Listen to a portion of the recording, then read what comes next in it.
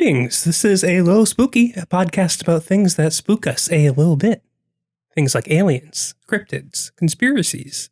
When you open a fresh package of crackers and find a maggot inside. What? My name is Everett. I'm Colleen. Has that ever happened to you? Not recently, but when I was a child of probably... You just never clean out your cabinets? No. When I was probably like 8 or 9, I used to eat those like little, like you would open up a package and there was like 6 cracker sandwiches with like cheese or peanut butter in between. Okay, yeah. And I was eating them and then I looked down at one and they usually have those holes in them.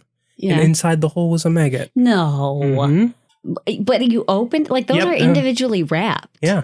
Well, it wasn't alive then, I assume. No, it was dead. But it was definitely not food. I mean, I guess it's technically food if you want it to be. But anything's food if you're brave enough. Gross, dude. Yeah. I assume you threw it away and did not continue eating, but you were a gross 8-year-old boy. That memory has stuck with me throughout my life. I mean, it would. That would put me off those crackers for life. Yeah. Gross. I'm a happy boy. Yeah, why is that? It may surprise some of you because I've never talked about this before on the podcast, but I am actually a huge football fan. And it was just the Super Bowl. And the Rams won, and I have actually been a Rams fan my entire life. It's true, for absolutely no reason. Well, my dad was too. Again, for no reason. They've got a weird backstory where everyone around you is a Packers fan, yet somehow your dad became a Rams fan overnight for no reason. Through the days of St. Louis, of course, when I was a child, they won the Super Bowl with Kurt Warner in 1999, 2000 year. But I've gone through all the shitty seasons of losing out up until about 5 years ago when they got good again. And now I'm happy because the Rams finally won. When Everett and I first met before we started dating, we'd hang out and he'd be like, it's the Rams year this year. And it was never the Rams year until this year. So look at his giddy little face. Suck it, Cincinnati. Except not really. I do feel bad for all the people that were really happy about them making the Super Bowl too. Yeah, and they're stuck in Ohio. Yeah. Just kidding. Yeah. I mean, we're in Minnesota. Yeah, it's not any better here. Well, yeah, I'm just in a good mood as we're recording. So congrats for holding on to that for so long. And I will never forget it. Yeah, this might be the only time this happens in your lifetime. Maybe. Never know. Well, enough football talk, because I'm sure a lot of people listening don't give a shit. Yep. So what are we talking about today?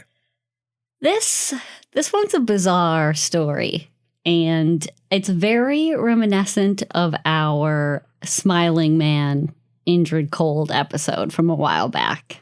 In that an alien visits Earth with a message to help improve humanity, and he makes contact with humans to spread his message. Mm-hmm.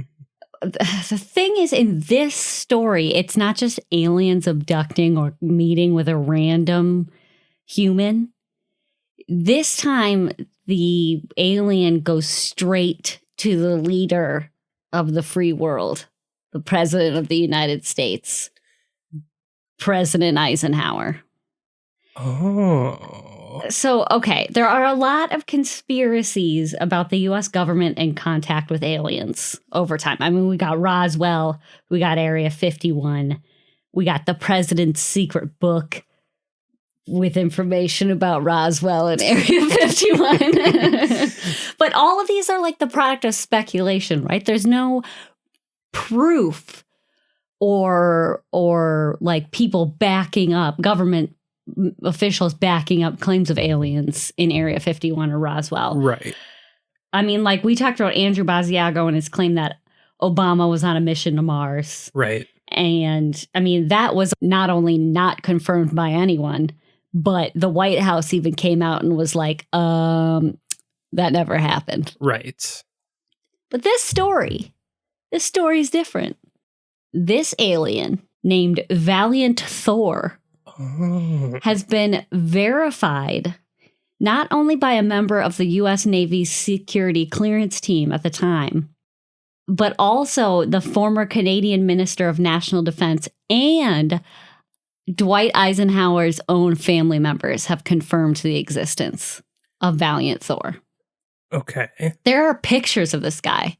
actual confirmed pictures, many pictures. He was known to have lived in the Pentagon for 3 years. Does the Pentagon have housing? For him, yes. They gave him him. a lavishly furnished apartment in the Pentagon. I mean, the story itself, when you hear it, you're like, this is there's no way this happened. There's no way this guy's real or really an alien. But the fact is, like, people have come out and said, yes, he was here. I talked to him. So they're confirming his existence, yes, but not necessarily the story behind him. I have heard the name Valiant Thor before, and not just because of Thor from Norse mythology, but like... Yes, I mean, like, he's not a secret necessarily. His mission was to get out there, get his name out there, let people know that there are aliens. And actually, I'm pretty sure, I don't know if it's this season. I don't watch American Horror Story anymore, but I know he shows up as a character in at least one season of American Horror Story. So, okay. Anyways, let's get into the story. This is a weird one. I'm going to want to know your thoughts at the end. Yeah. The story of this first meeting between Valiant Thor and President Eisenhower is written in a foreword for the book Stranger at the Pentagon by Dr. Stranges. But there's also a version called I, the Stranger at the Pentagon, that has the same story written in Valiant Thor's own words. And Colleen purchased both books on my Kindle. Both books, and I read them both. Okay, because she was very upset when she bought the first version because it's not the one she wanted. I was very confused because all the research that I did prior to reading the book said you need to read this book. It's written by Dr. Stranges. It's got the whole story. And I purchased a book but didn't realize it was called I, the Stranger at the Pentagon. And it started with Valiant Thor, and I was not prepared. And so it was a whole debacle. But you know what? I read both books cover to cover. So now I got the whole story times two from two different perspectives. All right. So let's start this story. The scene. You think they would name the different versions of the book something, a little bit more different just to avoid that confusion? I don't know. I don't know what happened, but... They got your money twice. It's basically the same exact story. So if you want the official story, the one that people always refer to, get the one written by Dr. Stranges called Stranger at the Pentagon. It's very fascinating. That's the one where you're going to get the most accurate information. The other one has like a big chunk of it written by Valiant Thor, but there's also like essays written by other people. And that's why I got confused. But this is nobody wants to hear this shit. People want to hear the story. Yeah. So I'm going to get into the story. I was just relaying a funny tale of you buying two books when you only wanted to buy one on my confused. Kindle. Okay, let me set this scene. Yes. It's 8 a.m. March 16th, 1957. A giant metal ship lands in Alexandria, Virginia, in a crop field about 20 minutes away from the White House. People must have seen this happen because somehow two local policemen show up at the scene. So I'm guessing people saw some strange-ass thing land, called the cops, and then two local cops were like, I guess we'll go check this crop field out. So they show up at the scene. They have their guns drawn because they see this giant metal ship. And they're like, what the fuck is this?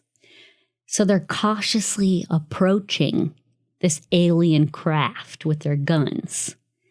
And, what do you expect when the doors open to an alien spacecraft? Like, what are you expecting to see? I mean, me personally, I guess I would expect a gray. Yeah. Just because that's the thing that everyone thinks of and it's in media. So I would just want a gray to walk out. Yeah, right. And that's what I would picture. Some weird non-human thing. Or like you hear different modes, like they're peaceful aliens. Or are they going to be like hell bent on destroying the human race and just shoot you as soon as the doors of the craft open? Like there's no precedent for this. Right. So they have their guns out. And like, as far as they know, they're about to die because they have no idea what's going to come out of this ship. However, As the cops come through, the doors open and a dude steps out. He's just your average dude from the 50s. Like, he's 6 feet tall. He's tan. He's got brown hair. He's moderately good looking. The book says he's extremely good looking. And I've seen pictures and like, he's not bad looking. He looks like a 1950s newscaster. Okay. I was picturing in my mind a surfer bro. No, I'd picture like any movie star or news reporter from the 1950s. Very like... Both blonde hair, you said? Or brown hair, like light brown. Okay. Just kind of the ducktail type hair. Woo. And, average looking white dude face. Kind of tan. Looks fine. Just a dude. Okay. The only thing off about him is his clothes. And the fact that he's emerging from a giant saucer-like ship in the middle of a cornfield at 8 a.m. on a Monday morning. Oh, 8 a.m. Okay. He's wearing a soft-looking silver and gold tunic. The official report to the president about this suit later was, quote, physical appearance, soft silver and gold, lustrous, unknown fabric. 6 ounces total, including boots, close fitting like a tunic, no cuffs, pockets, buttons, zippers, clips, or hooks. Indestructible, end quote. Okay. Wait, we've been through alien stories before where Andrew they were Cold was wearing a silver suit. Similar, yeah. Uh-huh. Right. Do you think it was like very form-fitting? Okay, well, here's the thing. Some of the sources that I read that were not the book said that it looked like it was painted on. Like they couldn't see like where it began and ended. But to me, just from the book description, t-shirts don't have buttons, cuffs, zippers, clips, or hooks. So I mean, like in my mind, he's just wearing like a long, shiny tunic dress thing. Well, but even t-shirts do, I mean, not technically cuffs, but they're like hemmed at the end. Yeah. So I guess the implication is like it's not sewn either. It's just a straight substance of some kind. Right. And I mean, like people handled this material. Like it was tested on. Well, yeah, they weighed it. You said 6 ounces. And nobody could figure out what it was made out of. And Valiant Thor in the book was like, I knew they'd be confused. Okay. But they used acid, lasers, high velocity rifles. Nothing could like even come close to penetrating this outfit. It was indestructible. But that's like not really the point. The point is he's wearing weird shit, but he looks like a normal dude. So the police are confused when this happens. But the man telepathically communicates with him. They always do that. Yes, I know. And that's why this is so similar to Indrid Cold that in the back of my mind, I'm like, whoa, this is very odd. The stories are very similar, yet take place in different areas. They take place at the same time period, but one alien is from one planet and one alien's from a different planet, and they kind of have different stories. But they're very similar. Okay. Now, the cops are confused. The man telepathically communicates them that he means no harm, and he's there to see the president of the United States of America. Colleen, if you were in this situation and someone addressed you via mind rather than just talking to you, do you think that's like, would that put you at ease if he says in your head, I don't mean you any harm? I'd be like, get out of here. Use your voice like a real man. And you said he crashed. He didn't land. No, he landed. Oh, he did. He did not crash. Okay. He landed. He went there purposely. He was purposefully there. In the cornfield or crop field. Yeah. He tells them he wants to see the president. And for some reason, the cops were like, okay, get in the car. We'll take you there. I feel like if that happened and I was in the cops situation, like someone flew in from the sky in a flying saucer, obviously not an airplane or something or a helicopter, I would probably listen to him too. Well, yes. Here's where I have a question that is never addressed. Since when can a local cop in a tiny town just radio the Pentagon and arrange like a spontaneous trip to meet the president? Now, if a cop from here small town Minnesota, was to call up Washington, D.C. and be like, hey, I've got an alien here. He wants to see the president. We need to get him there now. The Pentagon would be like, the fuck? Yeah. Get out of here. Yeah, That's, I think so too. So my question is, did this alien have some sort of influence over the entire chain of people? Or that like got some him? sort of mind control, Jedi mind trick type. Right. foolery. Or was the government like expecting him at some point? Like, this is the 1950s. I mean, we're already thinking back to Roswell. Aliens have already, like, technically, according to lore, made contact. I'm just thinking, if they were expecting him, why did he drop his ship in the middle of a field? Well, maybe they weren't expecting him at that exact time, but they weren't surprised at his coming. You know? Yeah, okay. There's no answer to this question. No, yeah, The point is, they get him in the back of the patrol car. They radio someone in Washington. They take him directly to the Pentagon. And when they get out of the car, they're immediately met by the Secretary of Defense and a staff of 6 men and 1 woman. They take him to the Air Force captain, who takes him through the security posts to a different captain. And there they ask him for a passport, entry papers, fingerprints, like anything. They were like, just give us some sort of identification. Like, who are you? What are you? Obviously, this guy has nothing. He's an alien. But he did, however, have a document explaining his mission from the High Council on the planet Venus. Our planet, Venus. In our solar system, Venus. It was not written in English, but apparently they could understand it anyways. The captain apparently, at this point, after reading the document, downed 2 shots of bourbon and said, "My God, why couldn't this have happened on my day off?" For realsies. I feel him, yeah. After this, 6 armed guards take him into an elevator that goes down, down, down, down, down, down, down, all the way to the basement of the Pentagon.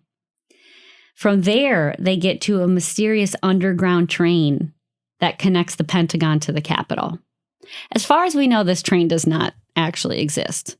But of all of the things in this story that aren't real, a train connecting the Pentagon to the Capitol seems moderately likely to me.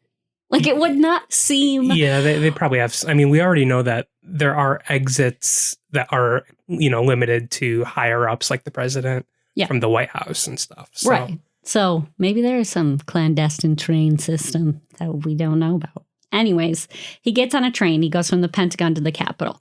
When they get there, he's taken straight to the Oval Office, where the 6 armed guards plus 6 other officials and 3 Secret Service members are all there in the Oval Office to protect President Eisenhower.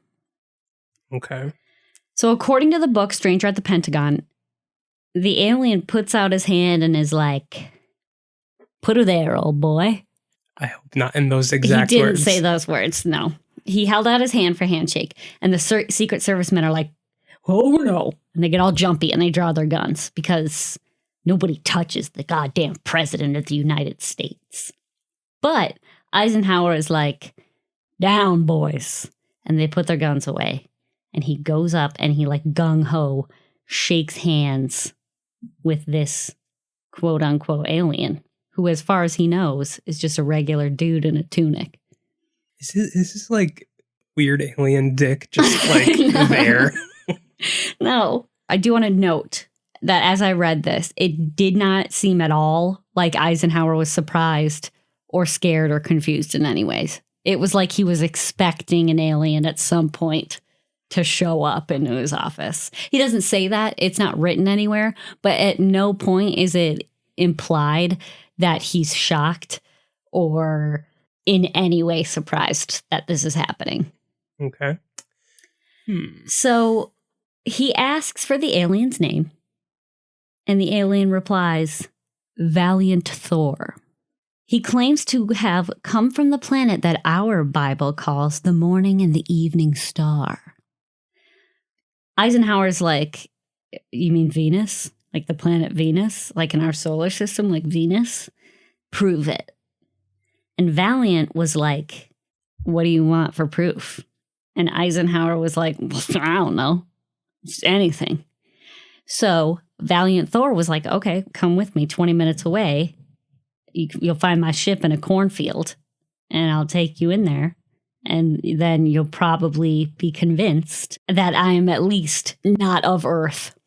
And the president was like, dude, I'm the president. I can't just like go with you to your ship. Like, what do you think this is? Anarchy? I gotta stay here. I can't just like go to an alien's ship. What are you gonna do when I get there? Sounds like a job for a vice president. Well, so as this is happening, Eisenhower's like, why don't you just hang out here, tell us your story, let us know what's up.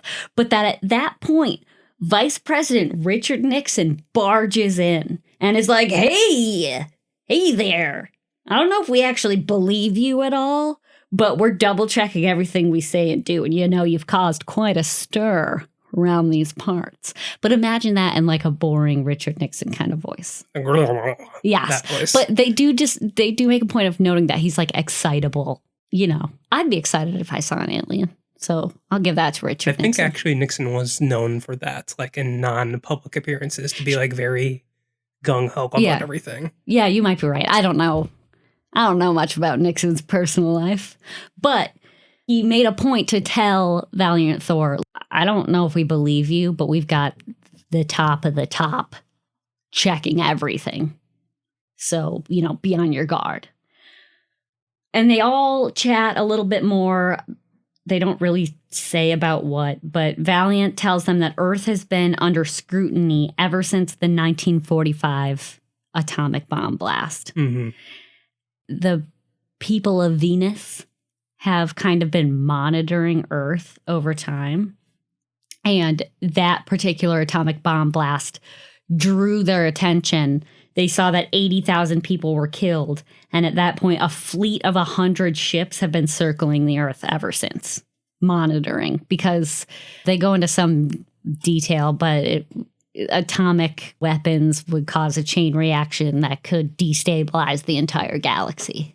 So, like, basically, it's not just a threat to humanity, it's a threat to the universe if they continue to use atomic weapons. Hope you're listening to this, Putin. Yeah, now is a very good time to be discussing this.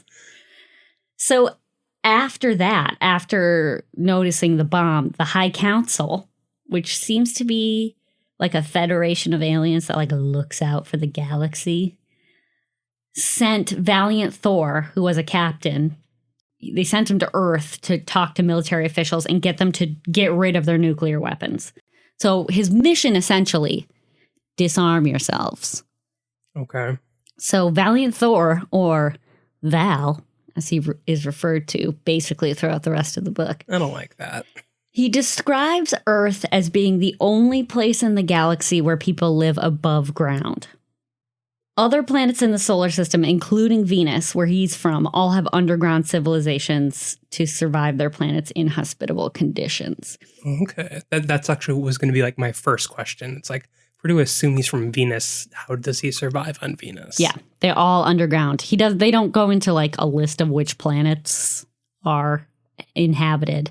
But again, that reminds me of Indrid Cold, who took... I can't remember that guy's name, but to Jupiter and said they had like an internal underground, even though there's no like ground in Jupiter, civilization. That part of that story was where I was like, okay, that's not possible. Right. It's interesting how they kind of line up with this one.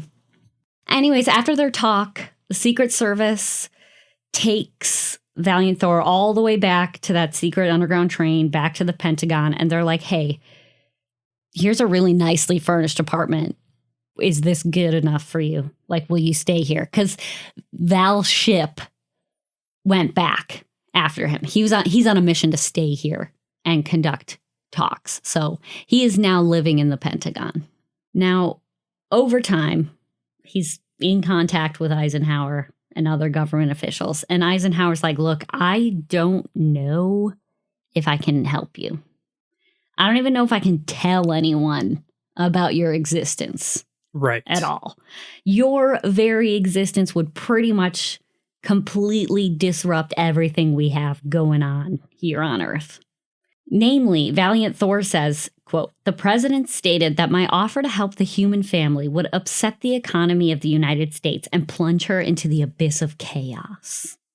So Valiant Thor makes it clear in his writings that the government solely declines his offers for help because of the economy and power, essentially. Yeah.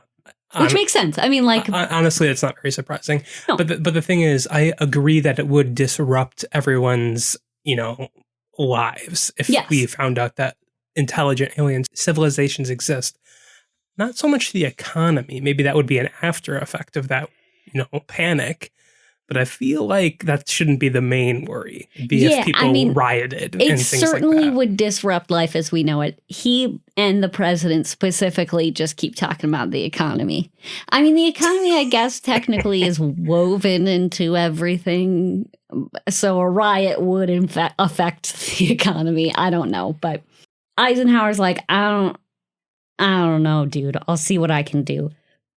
But in the meantime, Valiant tells Earth scientists in the government about space travel. He helps with medical advancements and a bunch of other cool shit.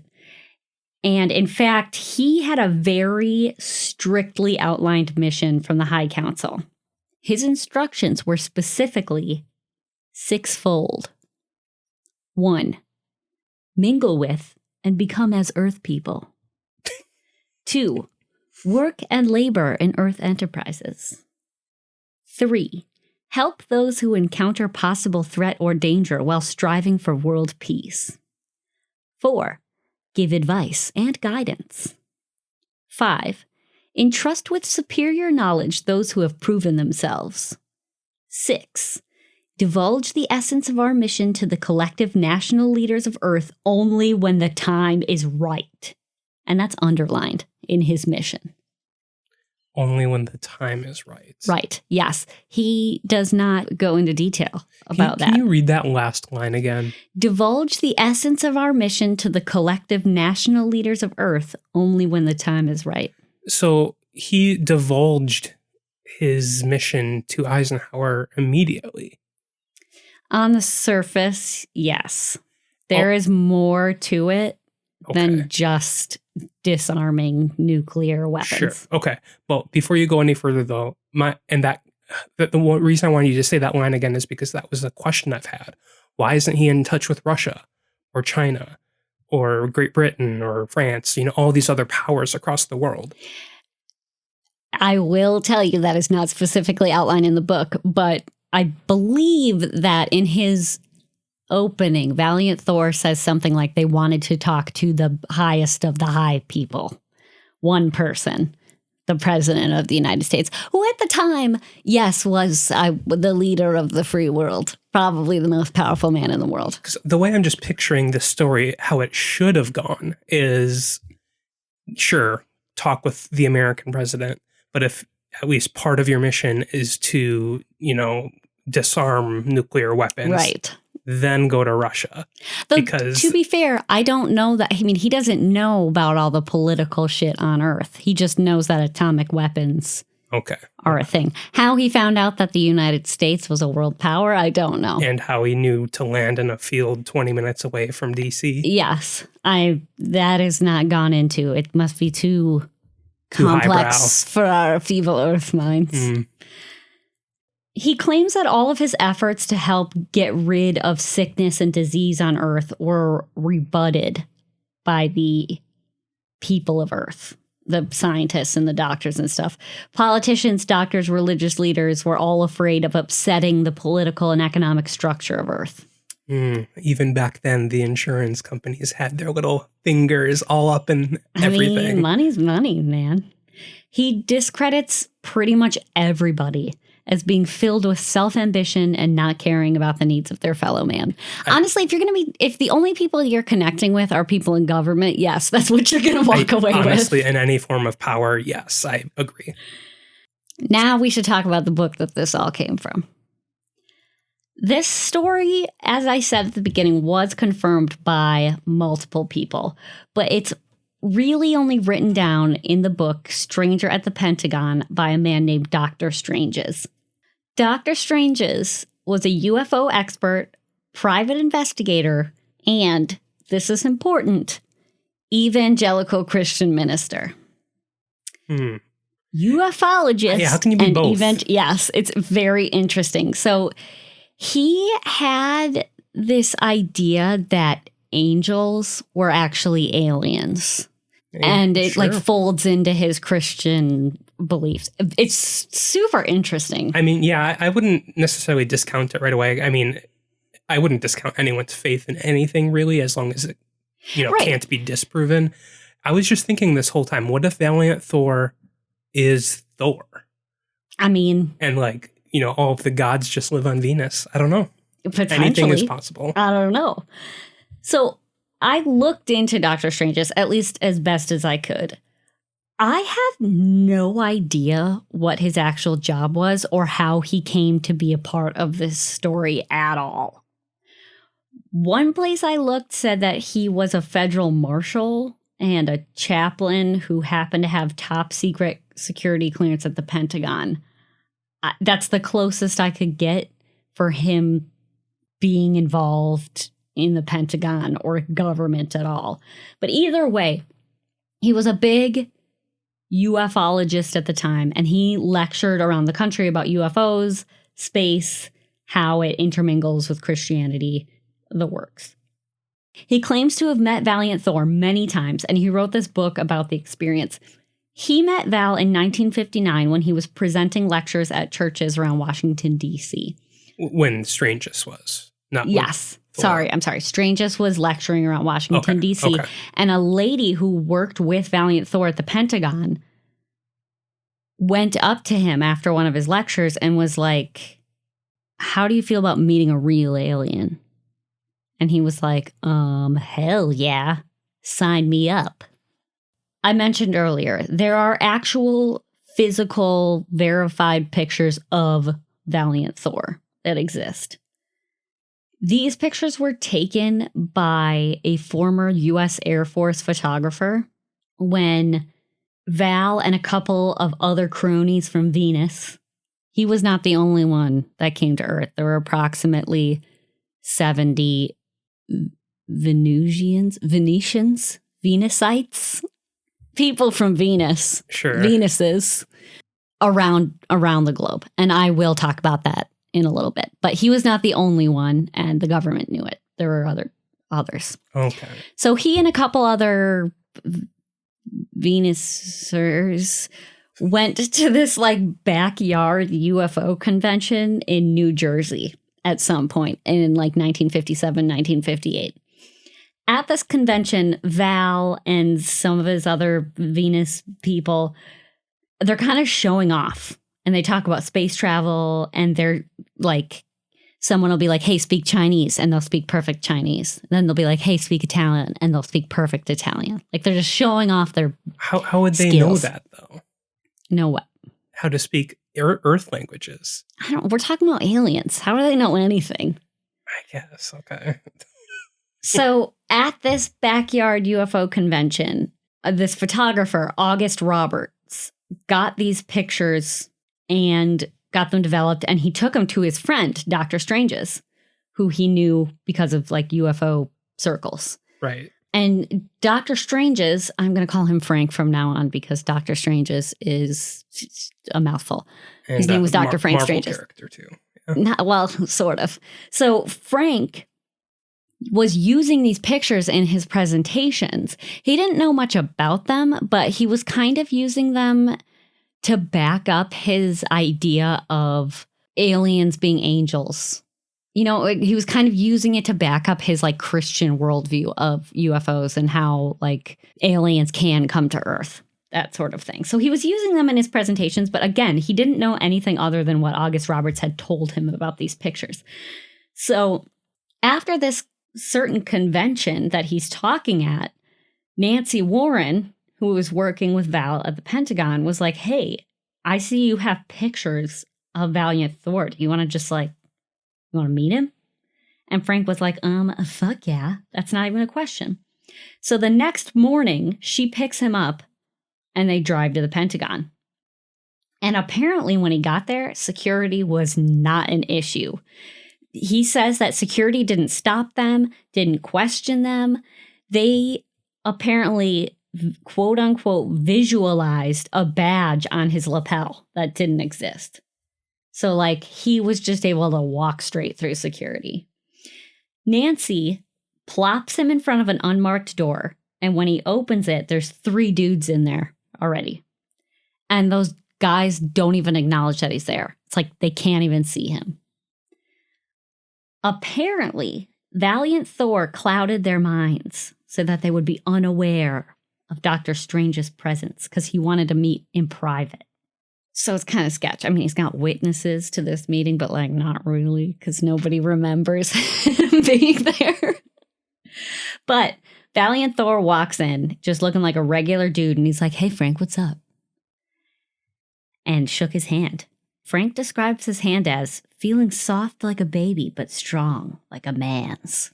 So I guess... Baby man. Yeah, and I guess Val uses lotion or something.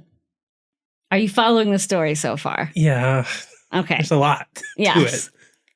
Here's where things get weird. Valiant Thor tells Frank that his actual purpose in coming to Earth is to return mankind to the Lord. Oh, no. Jesus Christ. No. Christianity. These seem to be the universal religious concepts of the galaxy. So Val claims that there are currently 77 people from Venus on Earth making attempts to save mankind. During that first meeting, he told Frank things about himself that even he didn't know. And he had to like go home to his family and verify that they were true. These facts. He won't tell us what they were. It must have been very private information. But he says, Val told me things about myself I didn't even know. That's just code for they did it. He could have. I don't know, but apparently during this discussion, they talk about God a lot. There's no Bible on Venus, but that's apparently because they don't need one. They have a personal connection with God or something. Okay. Within the government, the existence of Val was pretty much kept a secret. And his mission from the High Council was that he officially needed to leave Earth in March of 1960. So that's when he left, and he promised that others would be around to help out Earth after him. But like his official mission ends in March of 1960. In his final meeting with Eisenhower, it was said that Eisenhower wanted to go public and tell the world that aliens exist. But Nixon and the rest of his council pretty much were like, you can't do that. That's not going to happen. We won't let that happen. Veto. And they said, again, pretty much the world will get thrown into chaos and people will start following Val instead of you. Is that what you want? Val was like, whatever, your choice. He pieces out back to his ship. He dematerializes from the Pentagon. He rematerializes back in Alexandria, Virginia, where his ship came back, was waiting for him. Okay, wait. I was going to ask that too. So his ship did go. His ship did go, yes. And then it came back for him when he was ready to leave. Yes, because they were aware he was on a 3-year mission. Okay. So basically just dropped him off and left, as far as I understand. Okay. At his meeting with Dr. Strange's, he kind of recruits him to continue his mission here on Earth, right? Like, spread the word that angels are actually aliens. God hasn't given up on Earth. And in return, I will keep in contact with you and I'll help you out with the mission. But like, I need you to continue my work on Earth. And give me some space. I've had enough of our relationship. Yeah, I'll be back later. After his initial meeting with Val, Dr. Strange's leaves, and a little while later, the FBI comes to him and interrogated him for 3 hours about what he was meeting at the Pentagon about. The FBI does not trust the Pentagon, the CIA. They're different organizations. Right. So the FBI somehow became aware that he was taken for a top secret mission at the Pentagon. They interrogate him for hours. They make him take a polygraph. They don't get any information out of him. and they let him go. I don't know what kind of information they're looking for. They must have had some idea that there was some shit going down at the Pentagon and they wanted to get in on it. I don't know. Yeah, they probably were just kept in the dark about the existence of this alien there at all. And they were just trying to figure out what was going on. Right. So according to Dr. Strange's, they didn't get anything out of him. Now, he goes back home and tells his family this whole story because his mission is now to spread the good news of aliens on Earth. And his family was like, whatever, dude, fuck off with that shit. That never happened. Go write your fan fiction somewhere else. Right. Until 1 year later. 1 year after this meeting, he's driving around California and Val just appears in the back seat of his car while he's driving. And this happens a few times over the years. Val just like shows up. He's just like, he'll be crossing the street. Booty call. Yeah, it's just he'll be crossing the street as Frank's driving somewhere. Or he'll like, come out of the grocery store and Val will just be there next to his car. It's just weird clandestine meetings. Material. Yes. So they talk about how Val and other people from Venus are creating communication bases in certain cities around the world with, quote, individuals of high character and commitment. Whatever that means. Whoever it was, it's not Putin or Russia because they're not high character. Apparently not. They're not Christian enough. I guess. So these communication bases are apparently in certain people's private residences, and they're given holographic communicators. Dr. Strange's is taken to one of these residences, and he sees for his own eyes all of this alien equipment at a base in Los Angeles. They also have other equipment that can communicate with ships that are constantly orbiting around Earth. So Val may have officially left, but like the mission's not over and he wasn't the only one involved. They're still on Earth. Okay. So in the book, Dr. Strange is talking about religious discussions he's had with Valiant Thor, but one that really stands out in the book is his unknowing meetup with the Men in Black. Because of course the Men in Black are going to show up to this story. So Dr. Strange's has never made it a secret that he's met Valiant Thor. Again, his mission is to tell people what's up. Right. Even in the 60s, he was writing books about his experiences with Valiant Thor. Stranger at the Pentagon is not his only book. He's got plenty. Sure. At one point, he was on a European tour giving talks about his books and experiences. And one day he's in West Germany. I believe this was in 1967. So Val has officially left Earth, but again, he's still clearly in contact. At one point during this trip, Dr. Strange gets a call to be interviewed by two men for an Italian magazine. So he meets with them for lunch at a restaurant and he orders some tomato soup. As he's eating, they're asking him very detailed questions about Valiant Thor.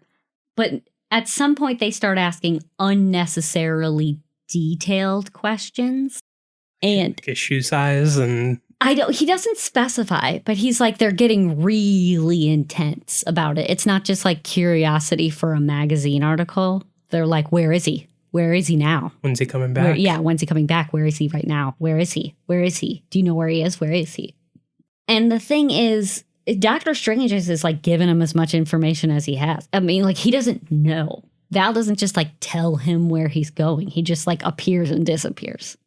So he keeps saying, I don't know. I don't know where he is right now. I have no idea. I don't know.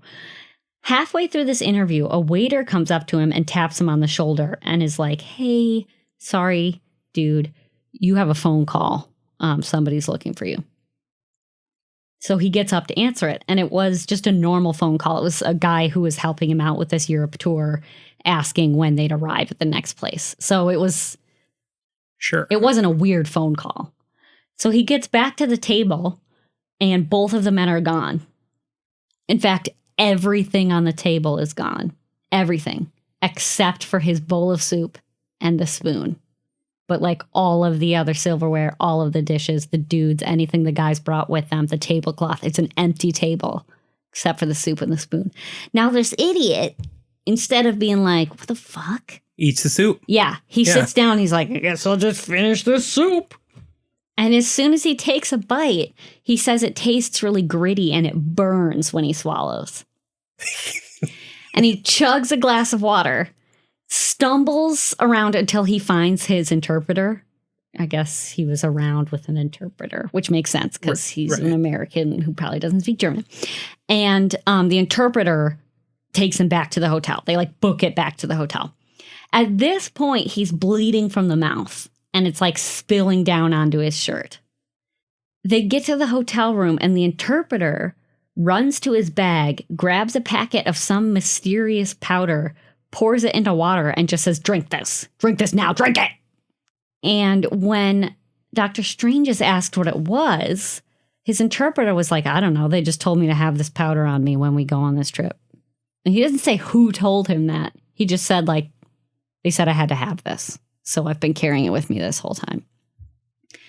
Dr. Strange just drinks it and he immediately passes out.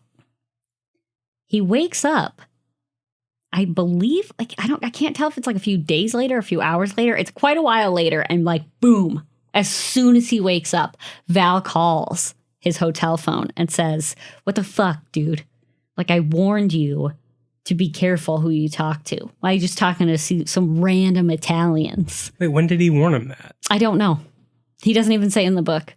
It seems like I'm jumping around a lot, but that's what this book is like. That's how all these books are, really. Yes. Though. But like, so that's stupid because he was told he has to spread the message. Yes. Except not to certain people. Apparently. But he tells Dr. Strange's, hey, those guys were men in black. Don't trust them. Some people have evil hearts, and those are those people. And I thought the men in black were just government agents that knew of the existence of aliens. So we're to assume that they're like mythological beings. That's my problem. Like, that's like the next paragraph I have written here in my notes is just me rambling about like, what the fuck does this mean? Because I've always believed that the men in black had one goal, and that is to keep the existence of aliens a secret, right? Right. And like hide evidence. But it's also implied that they work for the government. Right. Most times, right? So the government, as far as we know, is already aware that Doctor Strange's knows about Valiant Thor. So why would you send men in black to cover it up, right? If they were involved in the government. It sounded like an assassination attempt. Right.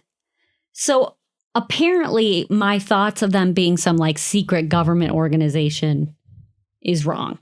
According to Valiant Thor, not all space beings are godly beings.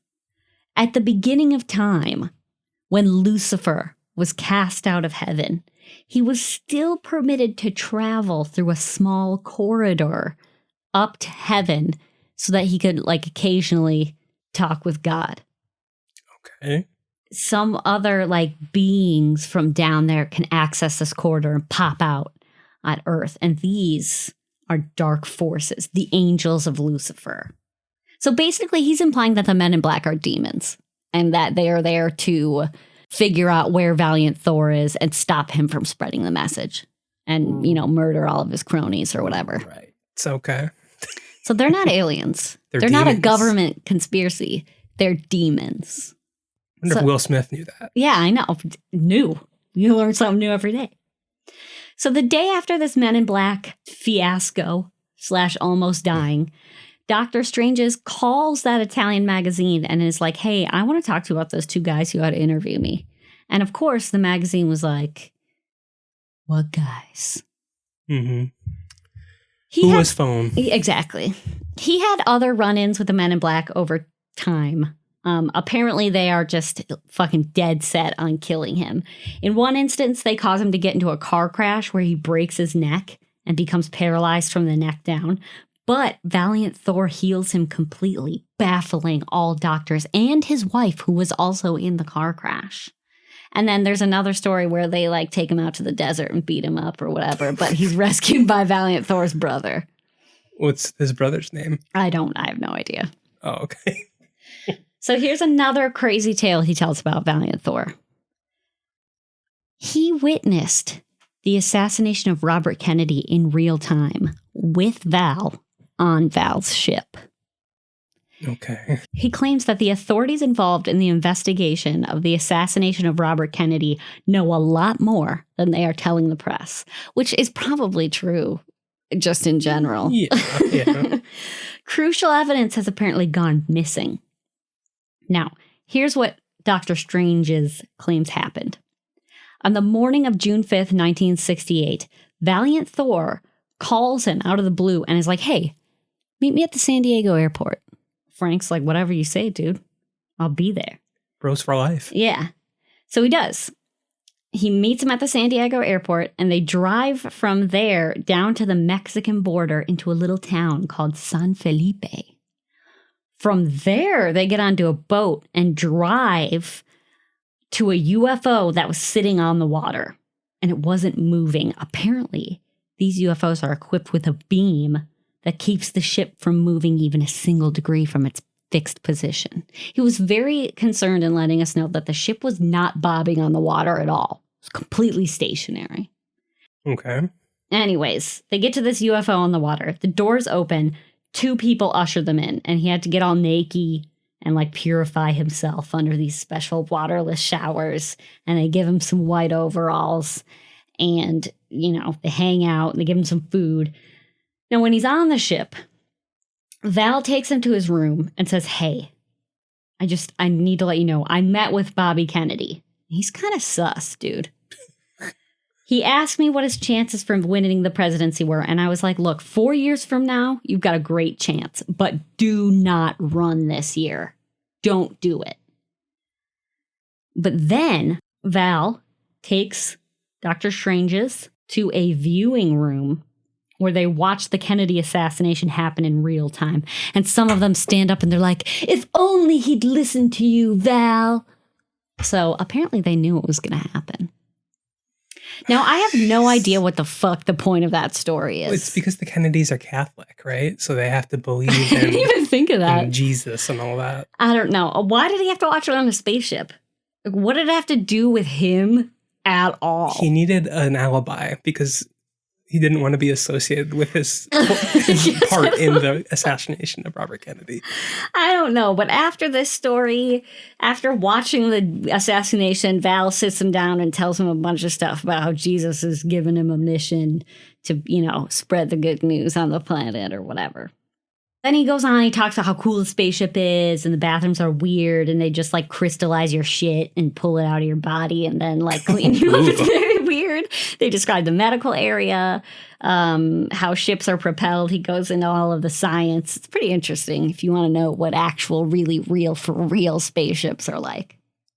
The end of the book has an epilogue written by Valiant Thor himself, who outlines that his current mission is to command the starship that he's working on, head the Venusian Council of 12, control certain outposts around Earth, oversee task forces used to contain radiation around our cities, make regular journeys to and from planets, conduct seminars on the starship for the indoctrination of those visiting from other star systems, monitor discussions and plans by world leaders, prevent atomic holocaust by exercising certain limits on certain human agencies, and work in full harmony with the heavenly creator.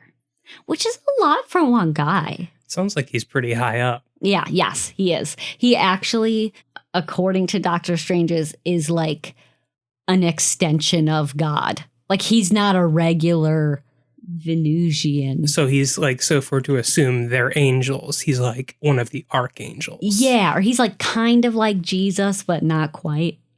It's a very strange. So he's the Holy Spirit.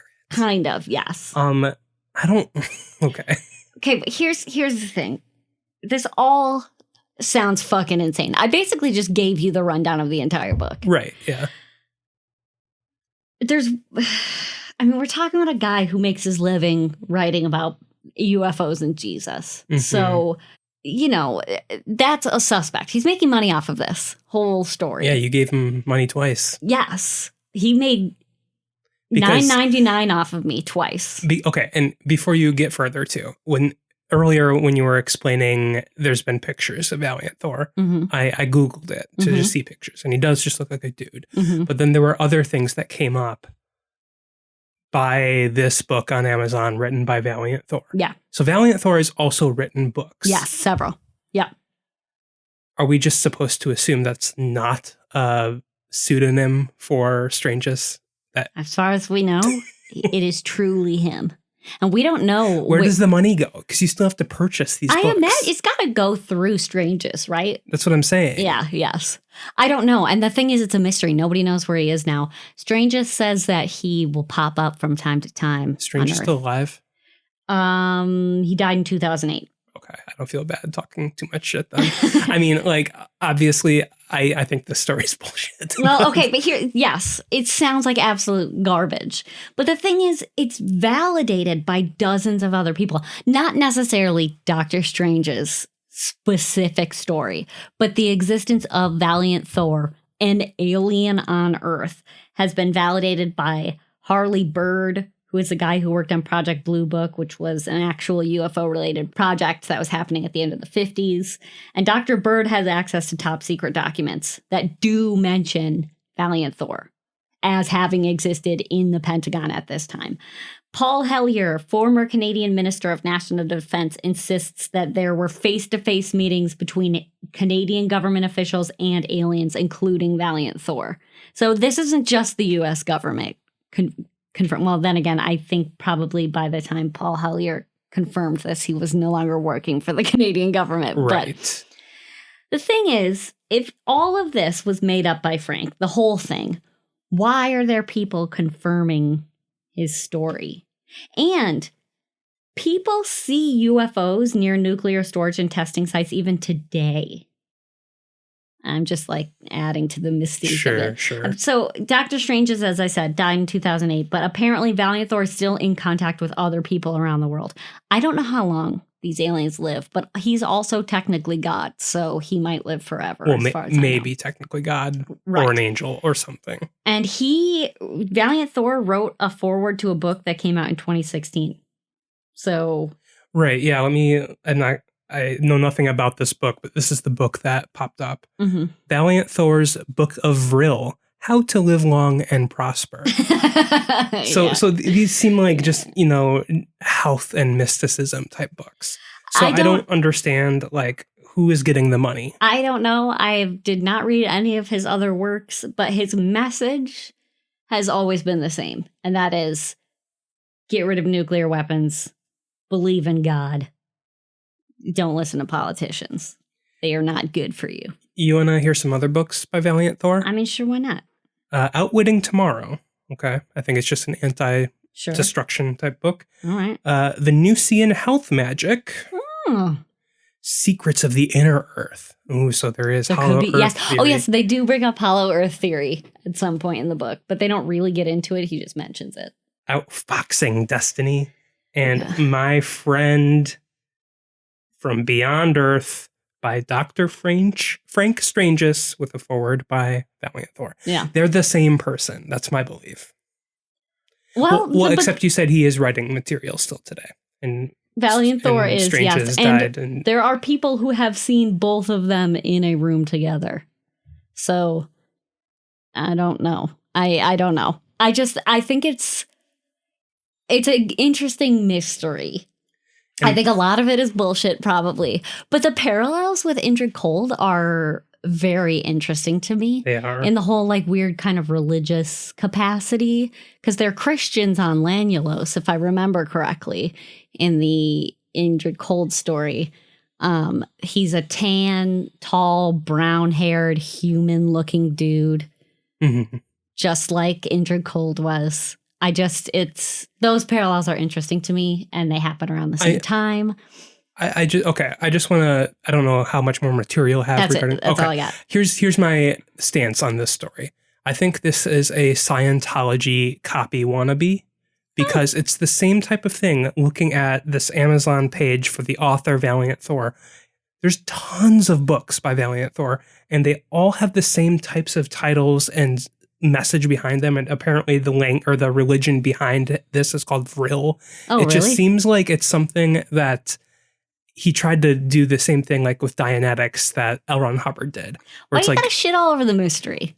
I don't like this new age Christian bullshit. And I know earlier in the episode I said I'm not going to shit on anyone's faith or religion, but here's the thing. This is mixing old school religion with science in a way that negatively impacts people. At least with Scientology. I know nothing about this real thing, but I just get the vibe of that. Yeah. I'm just pissed off at Scientology. That's all I mean. In my studies, nothing came up about him forming his own religion. All I have, and the thing is, the only book that ever comes up when you actually look into his story, don't just like Google his name. If you're actually looking into the history of it, the only book that ever comes up is Stranger at the Pentagon, which does not mention any of that stuff. Now, I can definitely imagine capitalizing on it afterwards, sure. But if we're going to take all of that bullshit out, it's an interesting story. And there's some question about whether or not, like, who is he? If he's not from Venus, who is he? And if he's not Doctor Strange's himself. And where did he go? Where is he now? Who's he still talking to? Yeah, how'd he pick people after Frank died? Yeah, to talk crazy. to. Crazy. And I just want to apologize. I wasn't trying to shit on Christians. It was more so shitting on Scientology because I saw the connection, or at least my perceived connection. But yeah, do your own thing. I don't give a shit. Whatever. Anyways, that's Except Valiant Thor. And I'm going to be Scientology. honest. That story was great. I don't care how much you shit on it at the end. It's a great story. 10 out of 10. It's very interesting to me that in a lot of these alien stories, like these types of alien stories, they just look like people. Yeah. That's why it's so fascinating to me. You also didn't really bring this up, and I suppose this is a different theory or story altogether, but I heard a lot of people talking about this or writing about it online, how Eisenhower like struck a deal with some sort of alien organization to offer X amount of people every year for testing, and those are the people that are getting abducted in UFOs. Yep. And it all started with Eisenhower. And that was brought up in a few articles and podcasts that I read. The reason I didn't bring it up was I really wanted to tell Dr. Strange's story. Yeah, and it's kind of unrelated. It's not necessarily related. The time I was going to bring that up was when I mentioned it did not seem as though Eisenhower was surprised at his existence at all. And that may be because he was already in contact with alien civilizations and had signed this treaty about abduction. But nothing in any of the stuff written by Valiant Thor or Dr. Strange's talks about abduction. Well, right, because testing. If I remember correctly, the treaty that was struck was with the Greys and not with these Venusians or Venetians or whatever they're called. Yeah, I don't know. It's clear though that Valiant Thor says this as well. There are multiple alien races. Are we to assume that the Greys are also non-white demons? They have darkness in their hearts. Anyways, that's Valiant Thor. You're welcome. On a different note, so I have a story to share. Unrelated, completely unrelated. All right, that's even better. You can't top Thor. I don't know why that made me laugh. It's kind of dirty. So I wanted to bring this story to everyone's attention because I don't think it's been getting enough press. And it has some vibes of Harambe. All right. R.I.P.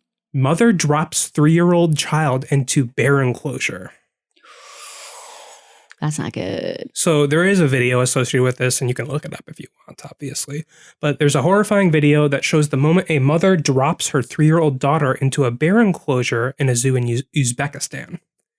She has now been charged with attempted murder. So this was no accident. Oh, that's the worst. So there's footage that shows the mother dangling her child over the railings before dropping her down. I'm sorry, how old is this child? 3. Jesus, that must have been an annoying. According to the New York Post, horrified onlookers watched helplessly as the child landed in a trench about 16 feet below, right into the den of a brown bear. Oh my God. And the bear, named Zuzu, circled the enclosure, and witnesses said that it went up to the girl and sniffed her, but fortunately decided to just walk away. So, in this story, unlike Harambe, the bear survived, The child was fine. The mother is likely going to prison. So all is well is what you're trying to tell me. Yes. Now, if you're trying to murder your child, first off, there's no guarantee that bear's going to murder your child for you. No. Second, there are easier, more just accurate ways of murdering your child. Casey Anthony got away with it. That's true, I guess. Dangling your kid into a bear enclosure in front of, I assume, at least dozens of people and cameras. Camera footage, yes. Is not the way to go. Don't murder your children. She faces up to 15 years if convicted. And of course, if the daughter had died or been injured significantly, that time would have been much longer too. Jesus. And the daughter was only hospitalized with cuts and minor head injury, but she will be okay. Oh my God. So yeah, don't kill anyone. Don't kill anything. Be nice to animals as well. I just want to say, let's pour one out for Harambe, who died needlessly. Yes, poor Harambe. Harambe wasn't going to do anything to that kid. I mean, agreed. Thanks for listening to our show. Don't murder anyone, and keep an eye out for any potential humanoid aliens. / angels. Angels. And if you want to send us anything, whether it be something you want us to read at the end of the show, like an article or a personal story, or if you have a topic request for an episode, you can also send it to us. You can send it to Twitter, Instagram, or Facebook, or at NerdSlothHQ. Or email us at podcasts@nerdsloth.com. We would love to read your stories. And we will catch y'all next week. Yeah. And we love you. Love you. Bye. Bye.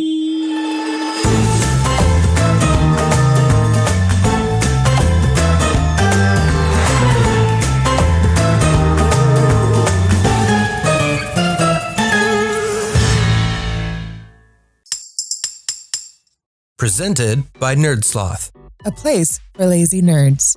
If you like what you heard, consider donating at patreon.com/nerdsloth so we can continue bringing you quality shows.